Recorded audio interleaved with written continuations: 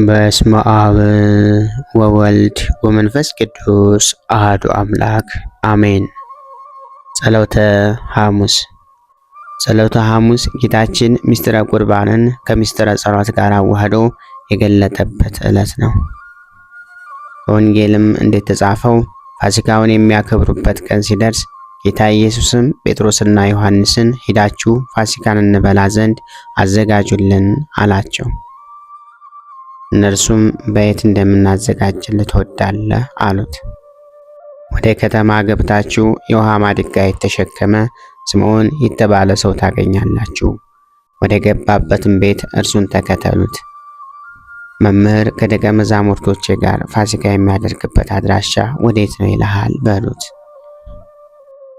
እርሱ የተነጠፈውንና ታላቁን አዳራሽ ያሳያችኋል። በዚያም ፋሲካን አዘጋጁልን አላቸው። እነርሱም ወደ ተላኩበት ከተማ ገብተው አልዓዛርን የውሃ ማድጋ ተሸክሞ አገኙት። ጴጥሮስና ዮሐንስም ለስምዖን ጌታ በቤቱ ፋሲካን ሊያዘጋጅ መሻቱ እንደሆነ ነገሩት። እርሱም የፍጥረታት ጌታ በቤቱ ሊመጣ እንዳላስበው ተደሰተ። ወደ ሚስቱም አክሮሲናም ሂዶ ይህ አልዓዛርን ከሞት ያስነሳ እኔንም በኃጢአቴ ይቅር ይለኛል፣ ያነጻኝ ዘንድ ከሐዋርያት ጋር በቤታችን ይመጣል አላት። አክሮሲናም እጅግ ተደሰተች።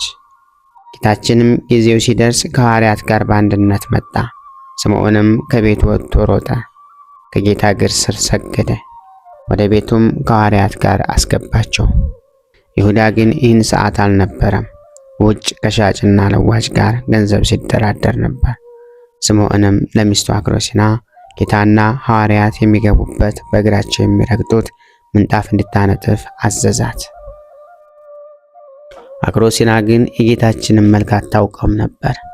ያን ጊዜ ደቀ መዛሙርቱ ጸሎት ሲጸልዩ አይታ ከእናንተ ውስጥ መምህሩ ማን ነው አለቻቸው። እነርሱም ዝም አሉ። መልከ መልካም ወደ ሆነውና የጌታ ወዳጅ ወደ ሆነው ዮሐንስ ተመልክታ እርሱ ይሆን አለች። ጴጥሮስ ግን ቀበል አድርጎ ጌታ ኢየሱስ ከውስጠኛው ክፍል ቆሞ ይጸልያል፣ ጌታ እርሱ ነው አላት። እሷም ገብታ ሰገደችለት። ይሁዳም በመጨረሻ ሳጥን ተሸክሞ መጣ። ጠባቂውንም እኔ የጌታ ደቀ መዝሙር ነኝ አለው። በር ጠባቂው ለእስክንድሮስም የተነጠፈውን እስካጥፍ ጠብቅ ብሎ ዘለፈው። ልብሱንም አንስቶ አስገባው። በአንደኛው ሰዓት ሌሊት ሐሙስ ለዓርብ ምሽት ጌታችን መድኃኒታችን ኢየሱስ ክርስቶስም ልብሱን አኖረ፣ ማበሻ ጨርቅም አንስቶ ወገቡን ታጠቀ። ይህችውም ሥራ የምትሰራና የምታስጌጥ ናት። ለዛሬ የመነኩሳት መታጠቂያ አብነት ናት። ለምሳሌ ኢዮአብ ወደ ሰልፍ ሲገባ የለበሳት ይገባ እንደነበረችው ያለ አይነት ነው። ጌታችን የደቀ መዛሙርቱን እግር ያጥብ ዘንድ በጴጥሮስ ጀመረ። ጴጥሮስ ግን እኔ በአንተ ልታጠብ አይገባኝም አለ። ጌታችንም መልሶ እውነት እውነት እልሃለሁ እኔ እግርህን ካላጠብኩ ከእኔ ጋር እድል ፈንታ የለህም አለው። በዮሐንስ ወንጌል ምዕራፍ 13 ከቁጥር 8። ሌሎቹንም ሐዋርያት አጠባቸው። አሳልፎ የሚሰጠው ይሁዳንም እግሩን አጠበው። ጌታችን መድኃኒታችን ኢየሱስ ክርስቶስ አሳልፎ እንደሚሰጠው ሳያውቅ ቀርቶ አልነበረም። ፍቅርን ሊያስተምረውና ለንስሐ ጊዜ ሊሰጠው እንጂ እኛንም ለሚወደን ብቻ ሳይሆን ለሚጠላን እንኳ በጎ ማድረግ እንደሚገባ ሊያስተምረን ነው። ጌታችን መድኃኒታችን ኢየሱስ ክርስቶስ ጾመና ጾሙ አለን፣ ተጠመቀና ተጠመቁ አለን፣ ጸለየና ጸልዩ፣ ሰገደና ስገዱ አለን። የሐዋርያትንም እግር አጥቦ እናንተም እንዲህ አድርጉ ብሎ መምህረ ትሕትናውን ገለጠልን። ዛሬም ከፓትርያርኩ ጀምሮ ሊቃነ ጳጳሳት፣ ካህናት በየማዕረጋቸው የምዕመናኑን እግር በማጠብ የጌታን የትሕትና ሥራ ያስቡታል። ለሐዋርያት ትሕትናን ሊያስተምራቸው ጌታችን እግራቸውን እንዳጠባቸው ሊቃውንት ያስረዳሉ። ከዚያ ዝውዕቱ ሥጋዬ ዝውዕቱ ደሜ ብሎ ሥጋውንና ደሙን ሰጣቸው። ዛሬም የልጅነት ጥምቀት የሚቀበሉ ምዕመናን በዚህ ዕለት ከክርስትና ቤት ወደ ቤተ መቅደስ ሄደው ጌታን ክቡር ሥጋና ደሙን ይቀበላሉ። መሰረቱም ጌታችን ለሐዋርያት ያደረገውን ተመርኩዞ ነው። ከፍ ከፍ ሊል የሚወድ ራሱን ዝቅ ያድርግ ብሎ አስተምሯቸዋል። አባ ጊዮርጊስ ዘጋስጫ በመጽሐፈ ምስጢር ጌታ ለጴጥሮስ እግርህን ካላጠብኩ ከኔ ጋር እድል ፈንታ የለህም ያለውን ሲተረጉሙ እኔ በአገልጋይ አምሳል እግርህን ካላጠብኩ አንተም ከበታች ላሉት ራስን ዝቅ ለማድረግ አትችልም፣ ራስን ዝቅ ዝቅ ካላደረግ አለቃ ልትሆን አትችልም ለማለት ነው ብለው ተርጉመውታል። ጌታችን መድኃኒታችን ኢየሱስ ክርስቶስ ደግሞ አምላክ ፈጣሪ መምህር ሳለ ዝቅ ብሎ እንዳጠባቸው እነርሱም ክህነታቸውንና መምህርነታቸውን በትሕትና እንዲጀምሩ ሲያስተምራቸው ነው።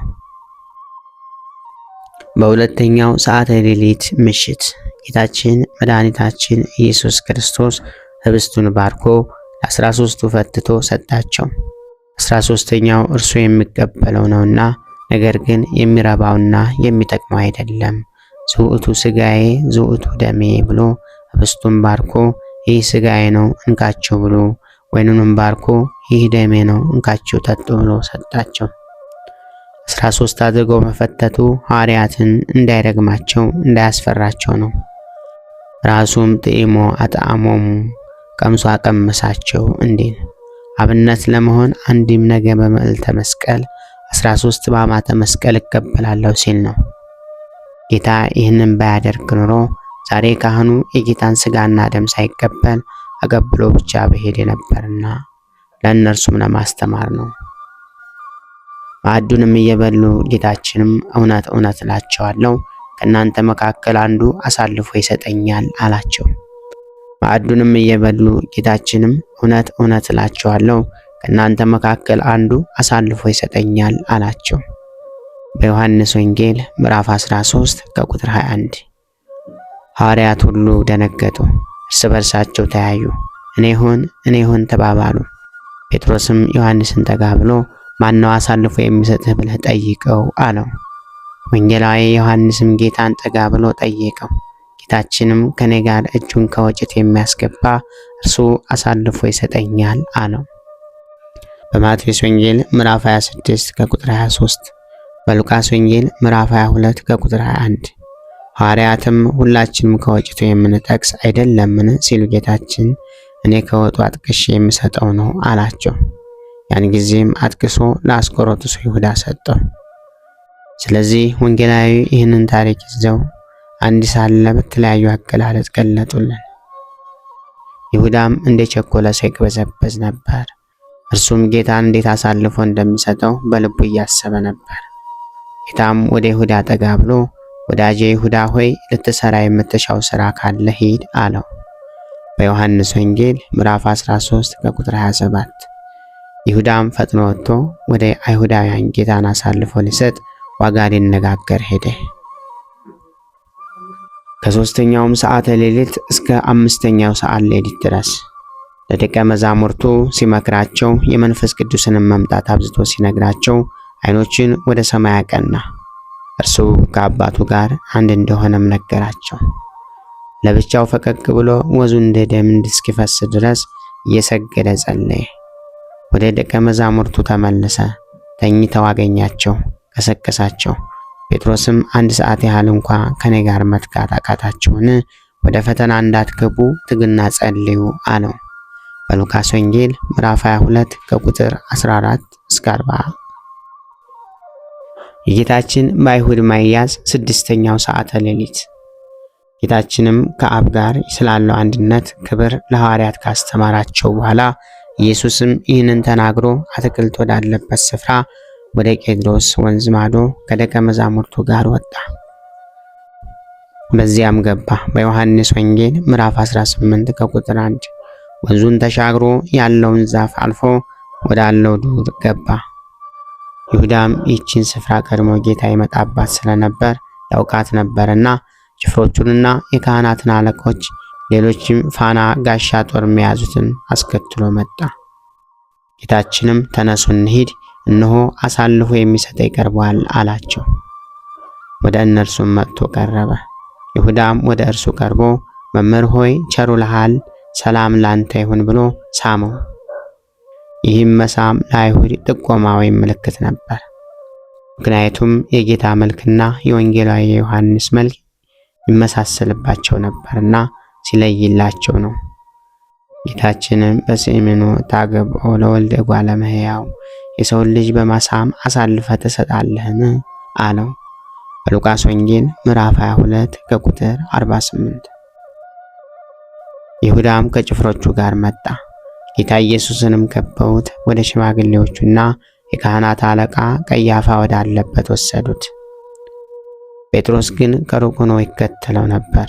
የነገሩንም ፍጻሜ ያይ ዘንድ ከአንደኛው ቅጥር ግቢ ገብቶ ተቀመጠ። አይሁድም በክርስቶስ ላይ 2 የሐሰት ምስክሮችን አመጡ። ይህን ቤተ መቅደስ አፍርሱት፣ በሦስተኛውም ቀን እሰራዋለሁ ብሏል ብለው ከሰሱት። ሊቀ ካህናቱም ተነስቶ እንዲህ ሲያጣሉ አትሰማምን አለው። ጌታችን ግን ምንም አልመለሰለትም። ሊቀ ካህናቱም ክርስቶስ ብሎ የተነገረልህ የእግዚአብሔር ልጅ አንተ እንደሆንክ ንገረኝ አለው። ጌታችንም አንተ አልክ አለው። ያን ጊዜ ሊቀ ካህናቱ ተናዶ ልብሱን ቀደደው፣ ራሱንም በብረት ዘንግ መቱት። የስቃዩ ጅማሬ ይህን ጊዜ ነበር። ክብር ምስጋና ይሁን ለአብ ለወልድ ለመንፈስ ቅዱስ ስም እስከ ዘለዓለሙ አሜን። ወስብሐት ለእግዚአብሔር ወለወላዲቱ ድንግል ወለመስቀሉ ክቡር። ይቆየን።